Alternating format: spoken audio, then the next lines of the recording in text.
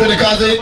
Wanaingia mfumo katika mwancha. Beteka ishirehete hamwe timu ngothi kuma icigo cia ubunge cia Juja, Rari, Naivasha na Moro na matinda makigarika kiharo-ini gia Kirengarari. Abunge icigo ici marenda gutambura iheo cia andu ethi na kumahotithia kuhuthira iheo ciao guthondeka mbeca.